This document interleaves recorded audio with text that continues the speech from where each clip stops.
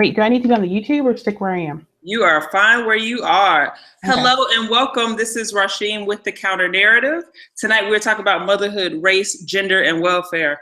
I have the lovely Brandy Nicole Brooks, who's going to be sharing lots of her insights, information, tidbits, and tips.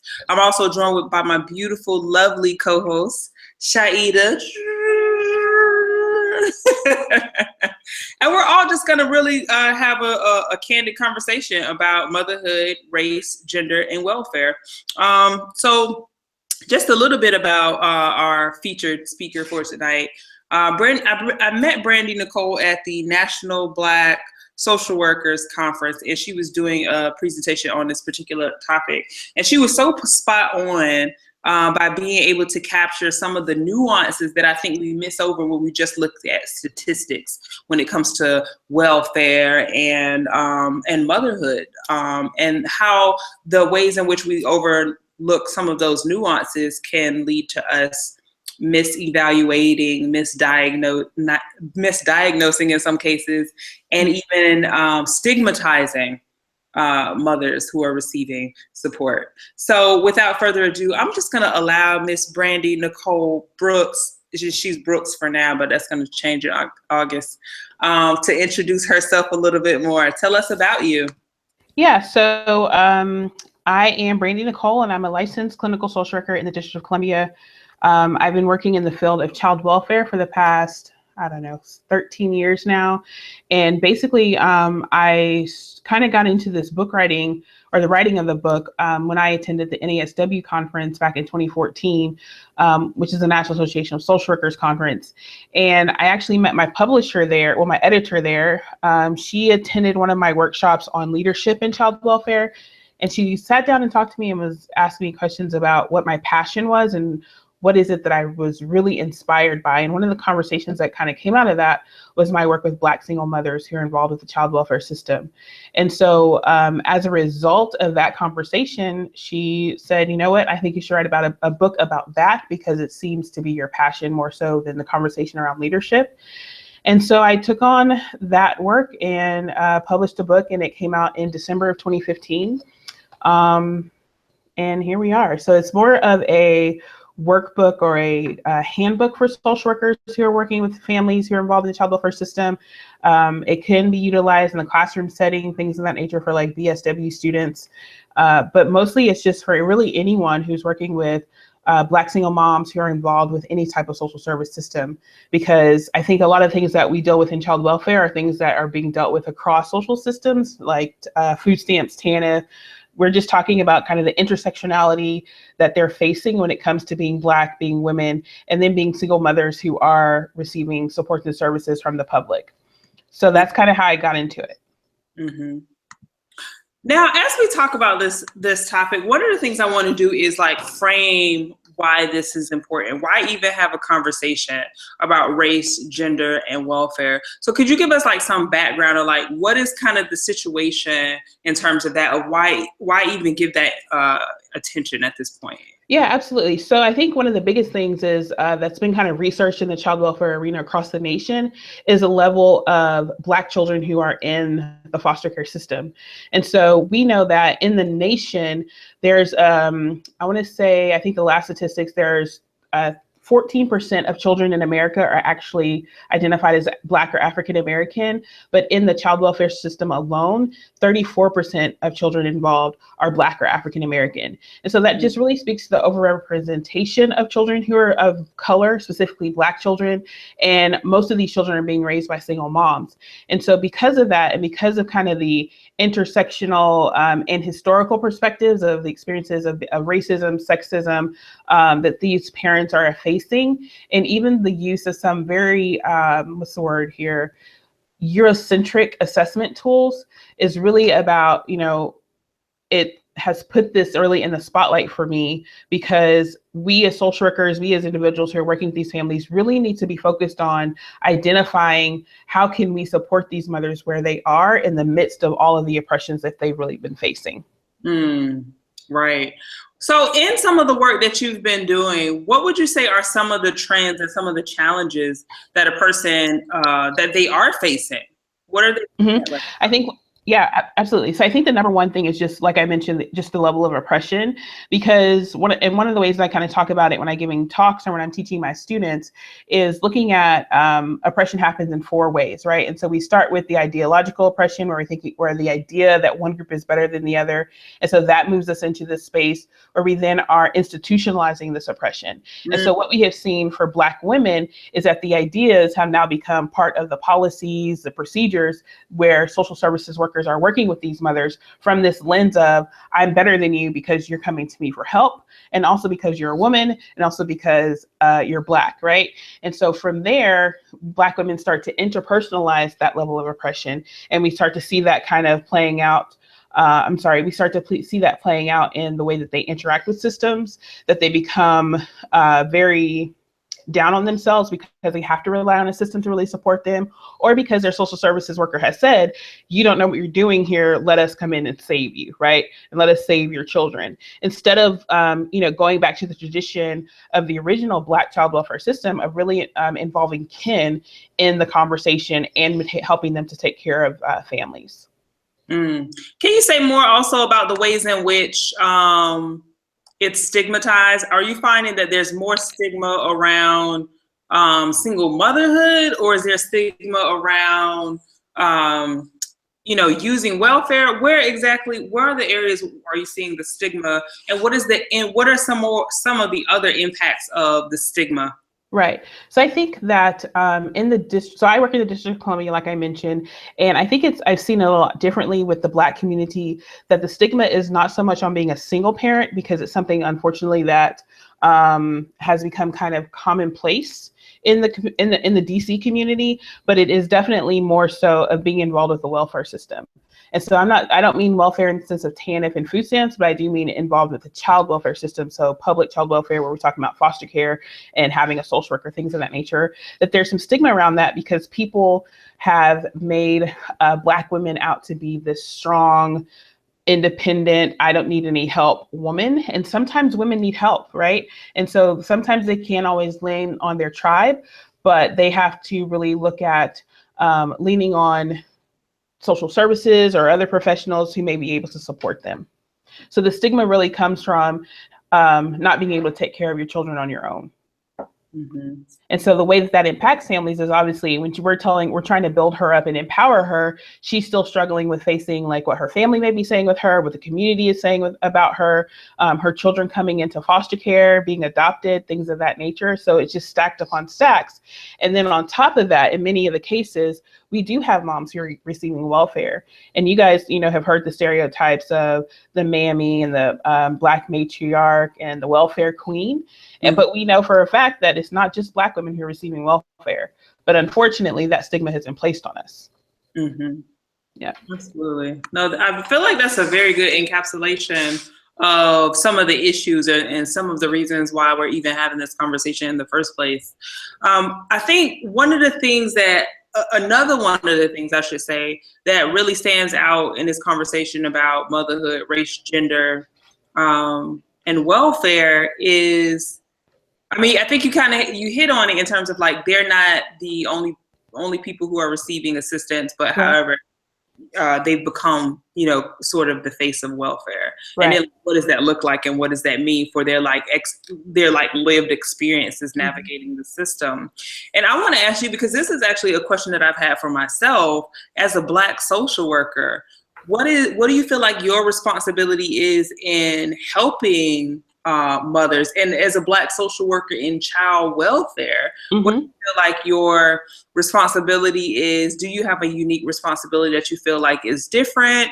And, if you have anything to say about the traditional or the historical role that the social welfare system has played in Black communities, right. And in ways that they have been problematic and kind of disrupted Black families. Like, what is the new role? What is the role current day of Black social workers? Yeah, absolutely. I think the biggest thing is that I believe in the power of what's called radical social work, where that is that we as Black social workers are taking on full responsibility and understanding the levels of oppression that these mothers are facing, the stigma that they're facing, and we do what we can to empower them. And so the very first step of that is education. I believe in the power power of educating families. And if we are educating Black mothers about what the child welfare what the child welfare system is and how they can connect with the child welfare system, I think that we are putting them in a better position to get their children out of the child welfare system. Because a lot of times these mothers don't know that you can tell a social worker no. You can say that you don't want your children to come into foster care, but you have a family member that can help to support you, right? And so it's really about, it's our responsibility to educate not only the families that we're working with, but the other social workers that we work with who may not feel like they have a stake in saying, let's change the policies, let's change the practices. Like I mentioned before, one of the institutionalized things that has been used in the past is a very Eurocentric assessment tool where we identify risk based on, let's say, the mom's age, how many children she has. The more children she has, then the younger she is, the higher her risk is, right? And so in the Black community, we know that there are Black moms who are 19, 20, 21 who have more than one child. And so because of that, her risk level is increased. So it's our responsibility, I think, as Black social workers to really look at how can we identify other evidence-based assessment tools to really impact the way that risk is happening for the family. Have you seen any assessment tools that you feel are culturally competent and take into consideration all of these different realities that that Black mothers are experiencing? Yeah, so there's one entity, and I'm actually going to flip in my book because I don't want to mess it up because I want to give them credit where credit is due. It's called the RISAs, and it's basically a set of kind of expectations that folks should have when it comes to strategies around racial equity. And so this was developed by the Black Administrators in Child Welfare, which is an organization that is specifically made of Black individuals who have pretty high level ranking within the child welfare system nationally. And so they created the racial equity strategy areas. And those areas really focus on engagement, to where we're talking about acknowledging and embracing the Black family and our traditions and really tying families back to their extended family. And so it's not really an assessment tool because I really haven't seen one that speaks to the Black experience, but it is about how social workers can really take specific strategies and put them in place so that we have a level of racial equity. Absolutely. Okay. Did you have a question? Yeah, I'd be interested if you would say more about the distinction between, for example, TANF and food stamps as opposed to child welfare.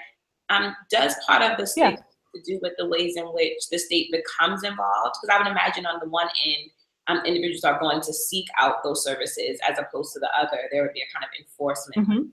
Yeah, absolutely. So TANF is temporary assistance to needy families, and the other piece, which is the same as food stamps. Some families get food stamps specifically, some families get cash benefits, some that get both. And that is a social service that families can reach out and say, I need help in this way.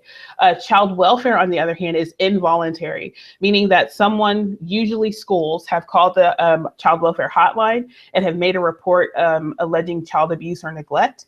And typically what we see is more so neglect cases where children are coming to school dirty, they may not be getting fed, they may be missing a lot of school. And then we have those instances of physical abuse, like leaving bruises after a spanking or things of that nature. So that's kind of the key differences, is that with TANF and food stamps, families may have a case manager or a social worker, but that person's role is really just to help to support the family to get the assistance that they need because they've asked for it, versus with child welfare, it's involuntary, meaning a social worker is coming out to the home and doing an investigation or assessment of the family. And so the way that a family can work with us is if the children are still in the home, it's a voluntary situation where we can still provide supports and connect them to community resources. But if the child is in foster care, then it's more of the court becomes involved. And so now it's completely involuntary, and that's why we're involved. And I missed the second part of your question, I'm sorry. No, I think you got it. But I wonder, is that process complicated by the racial dynamic? Perhaps if you're at a school with mostly minority students, but there are predominantly white educators, for example. So is there a way in which the cultural competencies or failure of competencies in the school system complicates the ways in which the child welfare system gets involved? Absolutely. So one of the key examples that we kind of give when we're talking about cultural we don't call it competence. We actually call it cultural awareness, because it's really difficult to be culturally competent of someone else's culture, right? But you can be aware. So when we talk about cultural awareness, one of the key things is that you guys know how some little girls and little boys may really be dedicated to, I'm going to wear these boots every day because they're my favorite boots, right? In some families, it's seen as, oh, the parents are letting the child be all independent and have their own way, things of that nature. That's one of the fights they didn't want to pick. But in other families, it's, well, why doesn't the family have other shoes, other clothing for the child to wear, right? And so we see it in two different ways. Typically, the way that we explain it is, as you may know, in DC, wards 7 and 8 are predominantly African-American Black communities. And we get more calls in wards 7 and 8 regarding neglect than we do in any other wards, even though we can compare that to like wards 1, 2, and 3 that have the same number of children. It's just that we have, again, predominantly Black children with a predominantly white staff. And if a child comes to school hungry in wards 7 and 8, it's a problem and it's a call to us. If a child comes to school hungry in wards 1 and 2, they just feed the child and, oh, maybe mom forgot or maybe dad forgot. Makes sense? Mm-hmm. So that's really how we see the differences. And how I've seen the differences, and just kind of doing my own research and just being involved with the child welfare system here and as well as in Alabama. Yeah, I mean, from what I'm hearing from that, it's almost like there is this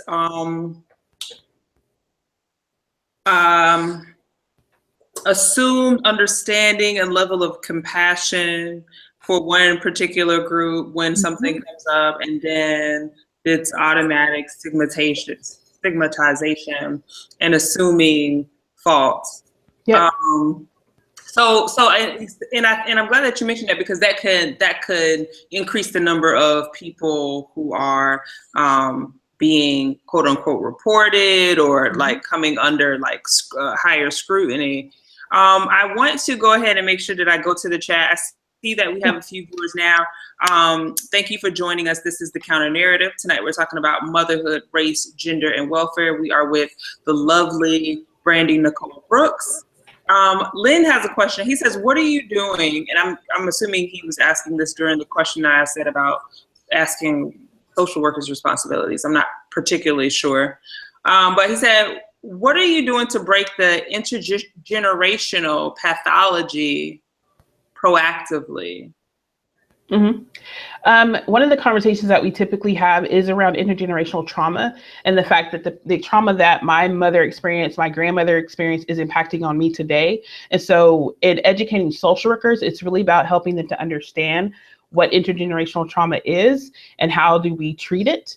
And it's not something that we necessarily can eradicate, but it's definitely something that we can address and help to support families.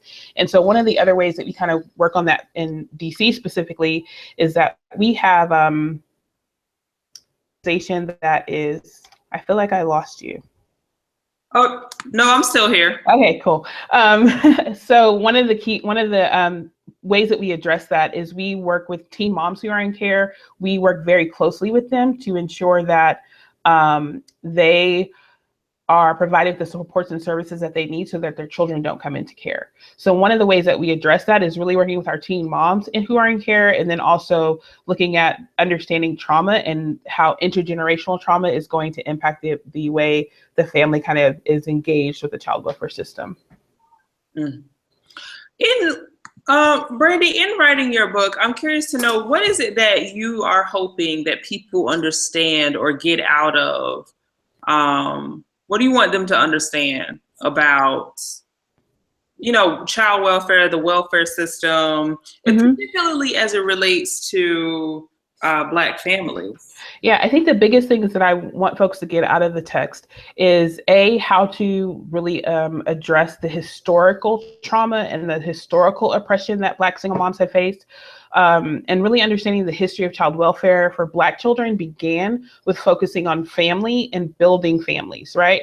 And so, and that we need to really focus on getting back to that place. Across the nation, in child welfare, there have been a lot of people that have really focused on identifying kin first before we move children to adoptive homes. And I think that we need to continue that. And we really reach out to, we have more and more grandparents who are raising their grandchildren, right? And so really connecting social workers to the idea that they have the ability to empower the families that they're working with, the Black single moms they're working with, and they need to understand the history of oppression and in order to, really address the oppression. Now, why? Could you say more about why is it important to understand the role that oppression plays in that scenario? Because I think that the reason why we have to address oppression is because if we don't understand where parents and families are coming from, then we really can't support them beyond what their experiences are. So I know that me as a social worker, I have experienced oppression because I'm Black and because I'm a female, but I can't say that I have experienced oppression because I'm a parent and because I'm involved with the child welfare system as a parent, right? And so in order for me to support someone, I have to have a level of understanding of what they're facing every single day and know that what they're coming to me with could be could be because of this oppression that they're facing and not because they just have an inability as a family or inability as a parent. Okay. I mean, I definitely get the value in that because it definitely changes how we frame the problem is going to impact how we frame the solution. Absolutely. Bad behavior, you make horrible decisions. That's a whole different approach to maybe there's something systematically, historically wrong. I want people to be able to know how to get more information and how to contact you as well as contact and know what they're going to get out of your book. Would you mind taking a bit of time to kind of let us know the main things that you think that a person would get out of your book? If you have it handy, if you can hold it up and let people know also where can they purchase and get access to your book.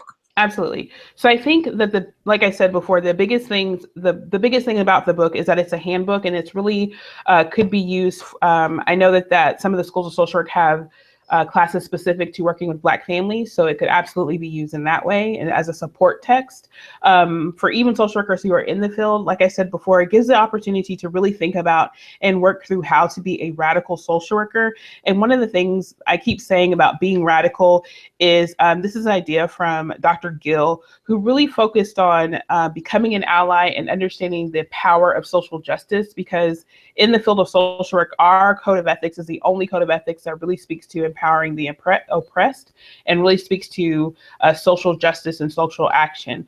And so when I am thinking about just being radical, it really means transforming the child welfare system instead of making reforms. So like, instead of tweaking policies, instead of tweaking assessment tools, it's really about a full cultural shift around how do we support people and provide equity. Because we can talk about equal rights and equal treatment all day long, but equal is not what we need for those of us who have been faced with oppression. It's really about equity. It's about supporting people where they are. So one of the biggest things we learn in BSW school is really meeting our clients where they are. And so for the purposes of the text, it's about getting everyone to a space of really understanding how to meet our families where they are. And some of the most important part of the text for me are the reflections. So throughout the book, as I'm kind of discussing oppression and social work practice and disproportionality in child welfare, I even hit on microaggressions and how they may impact the work that we do with our families. I give space for thoughtful reflections so that social workers can take the time to really sit down and think about, how does this impact me and how is that impact going to then impact the families that I work with? So this is what the book looks like. You guys can see that. There it is. And it's basically available on Amazon.com. If you just search for my name, Brandy Nicole, I'm the only Brandy Nicole author out there. Also, my website is www.brandynicolelicsw.com. And so there's also a link to that and just more information about me and the work that I do with my private practice. Fantastic. So before I let you go, though, I have a few more questions. One of them is coming from the audience. Again, if you are watching, this is The Counter Narrative. We are discussing motherhood, race, gender, and welfare. Lynn Sturdivant, I hope I'm pronouncing it correctly, sir, says, "What's the oppression?" Interesting. So when we think about the oppression, we're talking about from the lens of race. So Black women, being Black is, there's a level of oppression that comes with that. Being a woman, we know what we know, being women in this country, there's a level of oppression that comes with that. And then just the stigma around being Black single mothers, and understanding that in order for us to really be able to successfully work with families, we have to understand that there is oppression that they're facing. Many of us talk about privilege and what privileges we have, but we also have to understand that oppression is a part of people's experience. And if we just walk in ignoring the fact that this Black woman can't find a job because she's Black and because she has multiple children and because she has to get the kids to daycare or she has to take time off because the kids are sick, we have to understand that, right? And so in order for us to be effective in working with these families, we have to make sure that when we are addressing their needs, when we're offering them services, when we're expecting them to complete a case planning services or treatment plans, we have to take in consideration that some of the challenges and barriers they're facing are not there because they don't have the ability, but it's there because the society, the institution has said, you're not good enough to meet this mark. Mm-hmm. Thank you for that. I also want to say for all of those who are watching, if you want to leave a comment, please do so in the chat section to the right. If you are watching, please also subscribe, share the information out. There's, I'm sure, other people that you know, if you're interested, you're probably in a circle of people who are also interested.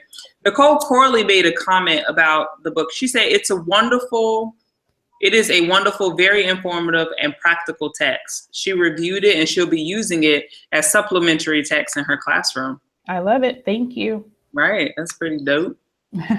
Not as in drugs, but dope as in awesome. I would like to know what school she is at, though. If you can. Nicole, what school are you at? She wants to know what school you're at. So one of the things that I hear you saying too, Nicole, is you're talking about single mothers. Mm-hmm. And I think that that's a particular point of jumping off when it comes to having this whole race, gender, welfare conversation. Yeah. Why is it important to talk about single mothers? Like, why single mothers? Why not just mothers? Or why not, why is that part of the conversation? Mm-hmm. I think that when I set out to write the book, the reason why I was focusing on Black single mothers, and I kind of talk a little bit about this in my introduction, is that I was raised by a Black single mother. And many of the clients that I worked with are Black single mothers. So I was really speaking to their experience. However, I know for certain that there's a lot of information in the text that would fall over to Black women who are raising children with partners, whether they be male or female. And so I know the text, the title of the text can be misleading and really focusing on Black single women. But again, the reason why it was focused that way is because of my own experiences with Black single moms. Awesome. And just, again, that other level of stigma on the single mother whose children are now in foster care. Mm-hmm. So do you touch on the question of imprisonment at all? Because this is my own research area around questions of gender and race and mass incarceration, and particularly the ways in which, especially for women, right, entering the prison system has very particular kinds of consequences for mm-hmm. things like custody and things of that sort. So do you address that at all in your text? I actually don't address that in my text because, again, that's not my area of expertise. However, I do mention a conversation around the school to prison pipeline and really focusing on how can we kind of stop the pipeline from overflowing the way that it is. And again, it's just tied back to really supporting moms where they are. But I don't necessarily hit on incarceration of moms. But I would love to read more about your studies and your research. I'm going to support everybody in writing. I know that's right. That's all the way the truth. No, I mean, this is very, it's definitely, I feel like, a conversation worth having, because I feel like a lot of times we only hear the narrative from the policymakers, or we only hear the narrative from certain service providers who are talking about the welfare queen, or who are stigmatizing it, or who are making, ever since the Moynihan report, right? Black women are the source of everything that's wrong in America, or black mothers, more specifically, matriarchs, are the source of everything that is wrong in society. I wanted to let you know that Nicole said that she will be at VCU in the fall. Awesome. And Lynn also has a comment. He says, so what happens when the Trump administration cut all benefits? What's your strategy? That is a great question. First of all, I don't think that the administrator will cut all benefits. I don't think they have that much power. We're not going to give them that much power. But I do think that it's an opportunity for all social workers to be in a place of really strategizing around how we're going to support parents, period, who are receiving benefits from the federal government or from their states. So it's really about how do we come together, not so much focused on what if the current administration cuts benefits, but how can we support parents in being successful in light of those benefits. So a lot of times what we see is that parents get this cycle of getting the benefits. And so how can we support them in getting the benefits, having the financial literacy that they need so that they can take the next step? What are some things that you have seen be successful in helping mothers become financially independent? I think the biggest thing is having a clear support network or support system around them that is supporting them to their goal. So that means tapping into, like we mentioned before, kinship providers. So tapping into their aunties, their cousins, their sister friends, and really making sure that all of those people are surrounding them with the same goal in mind. It makes me think about groups and teams, and really focusing on how if we build a safety net or a support system around a mother and we are all have the same goal in mind, then we can get to that step of her being able to be and see success and feel success, right? And not only that, but she needs cheerleaders, right? And sometimes a social worker has to be the cheerleader. And so when she makes those small incremental changes that are going to help get her to an ultimate goal, we need to be available and ready to cheer her on. We need to have her support system to cheer her on, because a lot of times the Black community has really gotten this negative stance of being crabs in a barrel, want to tear people down, but that's really not what we're about. Because if it was, I wouldn't be here on your show, right? And so we have to support one another, and we have to help to build and help mend bridges. So one of the conversations that I have with my social workers when I'm talking to them is the importance of, if a mom has burned her bridges because she has continued to go down a specific path, if she has continued to make choices that her family doesn't agree with, then as social workers, our responsibility is to help mend that bridge so that she can carry on with her family members' support. Will you say a little bit, it's particularly in DC, I know that's where you work, so we know about the kind of involuntary basis upon which child welfare might intervene. What resources are available for a parent who, for example, wants to reach out and get help and assistance with their child? Does the child welfare system work in that capacity as well? Mm-hmm. So we have in the District of Columbia specifically, we have what are called our Healthy Families Thriving Communities Collaboratives. And so these are entities where families can go on a voluntary basis to get additional support. And there is a collaborative that is connected to each one of the 8 wards in the district. So if a mom or a dad or whomever says, you know what, I really need support on financial literacy, I really need support with parenting, I need support with managing my child's difficult behaviors, then they can go to the collaboratives in their community for that additional support, and they're connected with either a case manager or a social worker who's also going to connect them with additional supports and resources. One of the unique things about the district is that because it is a state but really a city, is that we have a lot of resources available that families can reach out to on their own. So they can even reach out to the Department of Behavioral Health if they need additional support around a child's behaviors like ADHD or bipolar disorder or even autism. And families can go and get those services on their own. They don't necessarily need a referral from the child welfare system. Someone from the chat said, it sounds like you're enabling the behavior instead of breaking the cycle. What's your response to that? I need to have more background on what do they mean by enabling, what behavior are we talking about? Okay. So I'll give them time to go ahead and think about that. I mean, because what it makes me think, the first thing that popped in my mind was, I mean, if a person feels like that, they may feel like providing any type of aid is enabling Exactly. a person. And to some degree, I do want to enable them. I want to enable them to be able to get a job and take care of their family and, Absolutely. live a successful life. I think that's kind of what the role is. Absolutely. And one of the ways I kind of describe child welfare is that we don't become involved into a family's life until there's some type of emergency or crisis that happens. Like mom, dad has been struggling to juggle all the bills, and then the car breaks down. And so now they have a crisis and they're overwhelmed, and their response to being overwhelmed may not be the most well adaptive, right?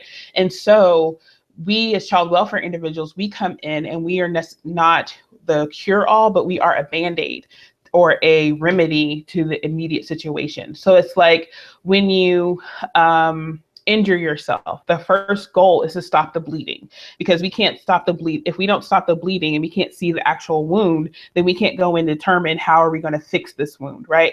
It's the same way with when we talk to our families about using medications to address depression and bipolar disorder, is that the purpose of the medication is to stop the emotional pain so that we can do the work to build up that muscle, to build up that emotion or those skills again, right?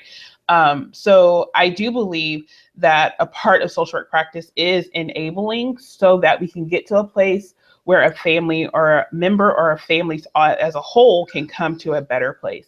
And our job is really just to be a temporary fix while they're learning new skills to really address the overall problem. So Lynn went ahead and commented on the behavior that he's referring to. Lynn said, having children with no father, the only way to get benefits is if there is no father in the picture. The behavior, therefore, is enabled. That is not a true statement. Families who are married, there are married couples who receive benefits. It's based on income. So even if there are two adults in the household who are both working, if they're making less than the specified income level, then they can receive benefits. So I can't speak to enabling in that way. I think that his comment, I assume he's a he, I think you're saying he before. His comment really speaks to some of the stigma that Black single mothers are facing, as if this is a choice. We don't know why some Black single mothers are single. It could be that their spouse was killed. It could be that their spouse died of natural causes. It could be that their spouse is away serving in the military. We don't know, right? And so we have to really get to understanding that we can't really speak to a behavior as a negative of being a Black single mother, because we don't know how mothers got there. We just have to understand where they are right now in this moment. Brandon, you talked about the child welfare system being kind of reactive, right? So responding to crisis. Is Absolutely. there a way in which the system also functions to be preventative, so that there can be some engagement where there's an acknowledgement that the family is starting to spiral, and that action or intervention might be taken before the spiral actually occurs? Mm-hmm. And so that's when we turn to our community partners, like the collaboratives I mentioned. They're really focused on prevention. And so one of the things that we always talk about is the agency that I work for is just the child welfare agency. It's not the system. The system is made up of the schools, the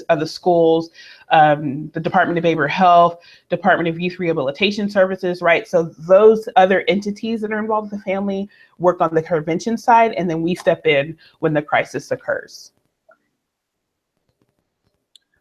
So I think one of the things that you've been talking about, and I think it comes up in terms of your book. And that's one of the things that I appreciate about having a book on single mothers, because there is these conversations around she's single because she made bad choices. She's irresponsible. She's the source of her own downfall. She's the source of her community's downfall. It's not a new argument, right? Not at all. Right. It's in no way a new argument. I think one of the things also to highlight is the ways in which Black women see marriage as optional, and that their legitimacy as a mother is not tied to precisely to marriage. You know what I mean? Or to a man, for that matter, you know? And I think that sometimes is a challenging thing for for people to understand. I think another thing that I think is that I wish we would give more attention to, because when we use the term single mother too, I think people automatically assume that she's all by herself in the world. Absolutely. She doesn't have a community, a mother, some sisters. And I think that, and I'm wondering how, like you talked a bit about it in terms of reaching out to like kinship and like family and community, and having them as a source of support to help the mother do well. Like there's this statistic that I see from someone in the chat that I actually do not think is accurate, but he said it's from the CDC. Is that Center for Disease Control? Yeah, that's what the CDC is. I'm not sure why they would be tracking who's having a baby. But his statistic that he's pulled up, and I haven't checked this source, so I'm just gonna preface it with that, is 91% of mothers who have Black babies. Like, I don't know if he's saying white mothers who have Black babies, Spanish women who have Black babies, I'm not sure, do not marry the father. Now, let's say, I think that statistic is like completely way off and sounds like kind of bogus. But let's say if that's true, so what? Right. My question. If a person did have a child with someone and they decided not to marry them, so what? Right. Yeah. And what's interesting is that I actually had to ban someone from the Facebook page for the book because they continued to just spout these hateful, vitriolic kind of statistics and thoughts and behaviors towards Black single moms. Like they shouldn't be single and they should just marry the person and things of that nature. And it goes back to, it really speaks to why the book is necessary, right? Because there is this level of stigma, and we have to understand that some women are single because they made the choice to be single, and that's okay. Some women are single because they were in a relationship with someone who turned out to not be the best person to raise a child with, and that's okay. And so we have to get to a space where we are accepting people for who they are, where they are. And as a social worker, my job is not to judge you for how you got here. My job is to help you to do better and to be better and to empower you to greatness. Yeah, I mean, I feel like it definitely also speaks to why that whole aspect of stigma is so impactful in the lived experiences of Black mothers, and even more specifically Black mothers who are receiving aid. Because, you know, truth be told, we're all receiving aid in some way. It's just some aid is stigmatized and some aid is not. Too long ago, I think it was 2014 or 2015, did a study of Black women. It was actually called Race, Gender, and Welfare, but it wasn't specific to Black mothers, although all the women who were participants were Black mothers. And it showed up this stigma and the way it impacted their mental and emotional experiences showed up in the most subtle ways. A few mothers expressed to me how something as simple as going to the grocery store was a source of shame. And like she's just going to try to feed her children. Yep. And because she's going, and the source with which she is paying to be able to feed her children. And, you know, mothers would say, I hear people sucking their teeth or rolling their eyes or all of these things that they're experiencing. Some mothers don't seek help. They avoid, like they don't have help seeking behaviors. Yep. Can you say some too, and if you have any in your book or any in your research around the impacts of this trope of the strong Black woman and how that may be problematic in these situations? Yeah, absolutely. I think that, I mean, one of the conversations that continues to go on is how Black women are the strong Black woman, and the fact that they feel like they can't lean on others for support. And so then you find moms that are trying to do it all by themselves, who are not reaching out to kin. And that's when the child welfare system has to step in, because they're not reaching out to kin and they need an extra level support beyond what the stranger at social services can provide, right? And so I think that it also speaks to just a level of microaggressions, and how research is currently showing that the more microaggressions a person faces over their lifetime, the more likely they are to experience things like depression, and negative health consequences. And so I think this trope of the strong Black woman, I agree with you 100%, it's just, it's more harmful than helpful. We don't need to be Wonder Women. It's not necessary. We weren't made to be Wonder Women. We human beings were created to be in relationship. And that doesn't mean to be with a husband or a wife. That means that we are made to be with friends, with family, with parents, with godparents, with best friends, right? And we shouldn't be trying to face any part of our lives alone, because that's not how we were made. So I do agree with you that it's absolutely more harmful than helpful. Yeah. I think one of the things too is one of the things that isn't, I don't know how often it's talked about, is that the way that we view motherhood in this country has always differed across race. Mm-hmm. Right? Like the exaltation of motherhoods that occurred in the early 1800s did not extend to enslaved women. No, it did not. This frailty notion, soft, delicate nature, Black women since coming to America has always been nurturer, provider. And so there's all of these ways in which Black women are misrecognized that conflict with how we actually show up. In my own research, one of the things that I'm finding is the literature has this idea about what Black motherhood, or what motherhood is, and then they apply it to everybody. And when it is not that group is the stigmatized other or deviant, wherein I'm talking to Black mothers and how they define themselves: nurturer, provider. They have a strong nonconformance to gender roles, sees family as community, not tied to blood, lots of fictive kinships. So if you have that shows up in a particular way. But if we're saying, like how you were pointing out those risk factors, the way that I do motherhood comes up as a red flag for someone else as risk factors. Yep. And I think that's how we have that challenge in terms of, like, we're using Eurocentric frameworks to analyze the experience of Black motherhoods without asking Black mothers, how do you do this thing and how do you make it work?